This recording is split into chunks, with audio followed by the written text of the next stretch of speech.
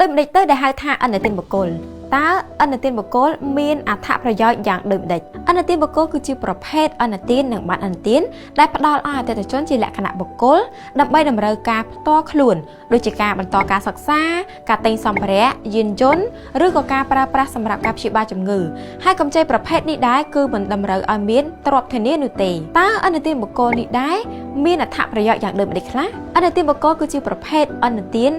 ដែលមានភាពបត់បែនខ្ពស់ទៅតាមគោលបំណងរបស់អ្នកខ្ចីដោយធនាគារនិងគ្រឹះស្ថានហិរញ្ញវត្ថុផ្ដល់ជូនកម្ចីទៅកាន់អតិថិជនទៅតាមតម្រូវការដែលពួកគាត់ត្រូវការហើយជានេះទៅទៀតនោះគឺពុំមានការរឹតបន្តឹងនោះឡើយដូចជា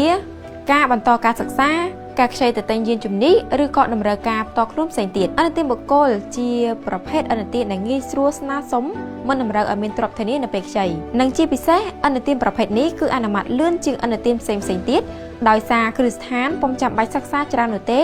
ហើយអនុទានប្រភេទនេះគឺស័ក្តិសមសម្រាប់អ្នកដែលមានចំណូលទៀងទាត់ឬជាបុគ្គលិកក្រុមហ៊ុនហើយអនុទានប្រភេទនេះដែរគឺជាប្រភេទអនុទានដែលមានអត្រាការប្រាក់ទាបបើធៀបទៅនឹងប័ណ្ណអនុទានឬក៏កម្ចីក្រៅផ្លូវការអត្រាការប្រាក់ខាងធនាគារជាអ្នកកំណត់ដោយអាស្រ័យទៅតាមទំហំកម្ចីរយៈពេលកម្ចីរូបិយប័ណ្ណនិងប្រវត្តិកម្ចីរបស់អតិថិជនប៉ុន្តែមិនលើសពី 1.5% ក្នុងមួយខែឡើយលើកលែងតែប័ណ្ណអនុទានឬក៏ហៅថា credit card ដែលអាចមានអត្រាការប្រាក់លើសពី 1.5% យ៉ាងណាមិញប័ណ្ណអនុទានក៏ផ្ដល់ជូននូវអត្ថប្រយោជន៍មួយចំនួនផងដែរដោយលោកអ្នកអាចប្រើប្រាស់ប័ណ្ណនេះសម្រាប់ការចាយវាយបានភ្លាមនៅពេលមានតម្រូវការហិរញ្ញវត្ថុបន្ទាន់ឬទទួលបាននូវការបញ្ចុះតម្លៃនៅពេលទិញទំនិញរីឯការបង់សងត្រឡប់វិញគឺមានលក្ខណៈថេរជាពិសេសនោះគឺអត្រាការប្រាក់ការបង់សងត្រឡប់មានលក្ខណៈថេរបែបនេះគឺងាយស្រួលសម្រាប់លោកអ្នកនៅក្នុងការចាត់ចែងលុយកាក់ជាពិសេសសម្រាប់លោកអ្នកដែលមានចំណូលជាប្រចាំខែហើយប្រសិនបើអ្នកបង់សងត្រឡប់ក្នុងរយៈពេលទៀងទាត់នោះ